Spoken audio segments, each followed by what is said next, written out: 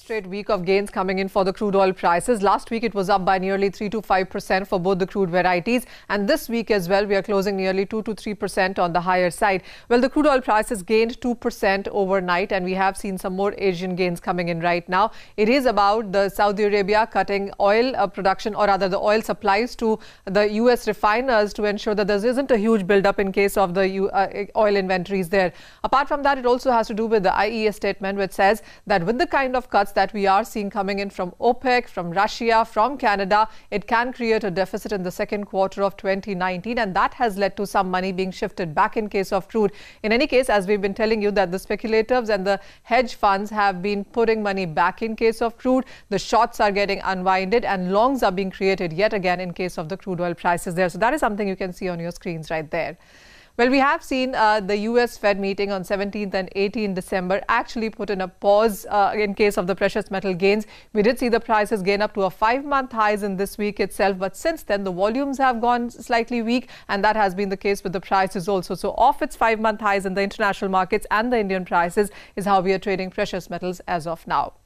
The base metal prices in the meanwhile have a lot to look forward to. While of course the US-China optimism seems clouded right now as Beijing goes ahead and arrests a second Canadian official. That of course is one thing that we are looking at. And then apart from that, it has been the Chinese data, which has been quite mixed. And that's the reason you are looking at a very mixed base metal sector right now. We have seen the Chinese retail sales and the factory orders come in lower than what the street was expecting. The fixed asset investments of course have been higher, and they have been higher for 11 straight months. So that is one positive. The steel prices in the meanwhile, today is the third straight day that you have seen support come in for that as well. So nickel of course continues to be an outperformer in all of that sector in this week as well.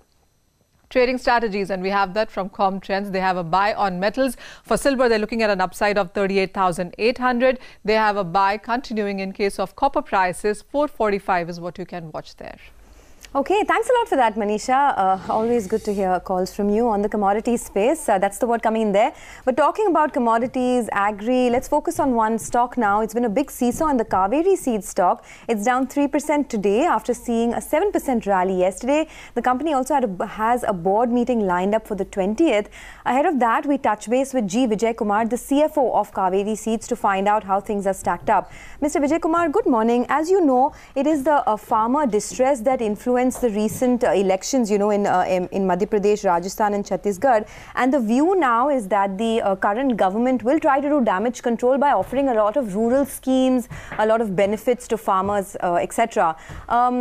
For your own industry, what do you think is the need of the hour, and what's the growth looking like, say, over the next 6 to 12 months? See, the government has to support farmers. Post-demonetization, farmers were affected a lot. So government has to give a lot of support on minimum selling price, minimum product price, and for them irrigation projects and storage and all, they have to give a lot of support.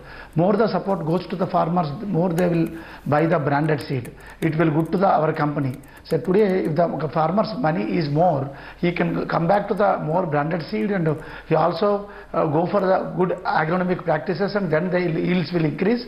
Then it will come to, for the country, self-sufficiency will come. So we are expecting that is a good move. As you said, that post this debacle in the 3 states, central government definitely will come forward to do a lot of good things to the farmers, and that will in a way benefit to our company. But have you seen any dip in the sales of branded seeds over the last, say, 6 to 12 months because of rural distress? No, because this Kharif is the main season for India. Second season is nothing will be there. Kharif season, there is a 10% reduction in the cotton, and there is a 4.1% reduction in the maize. Only there is increase in the paddy only. So there is a dip in the acreage, and there is a dip in the sales. In fact, I want to just lead in with whatever we recover the sales. Yeah.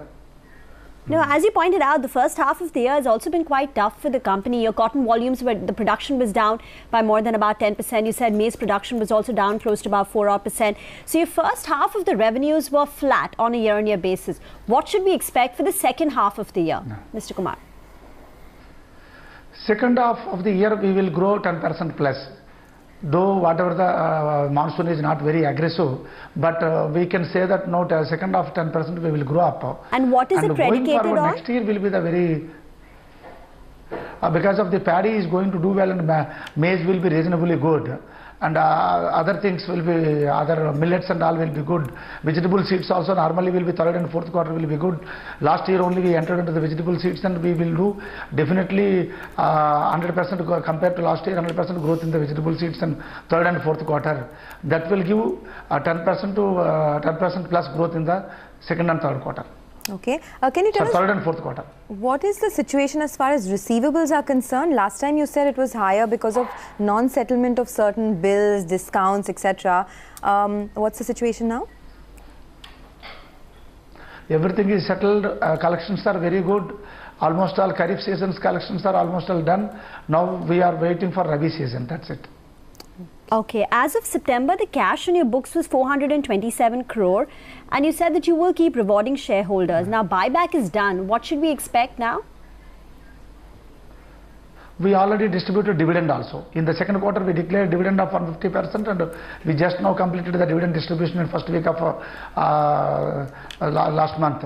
So now distribution is over. Again, next year only, we will do something to the investors. Okay, so we'll leave it at that. Thank you so much for stopping by and giving us a quick assessment of the company and the way things are headed. With that, it's curtains down on Bazaar. Thanks so much for watching. Flat days so far, but things are picking up in the mid-cap end.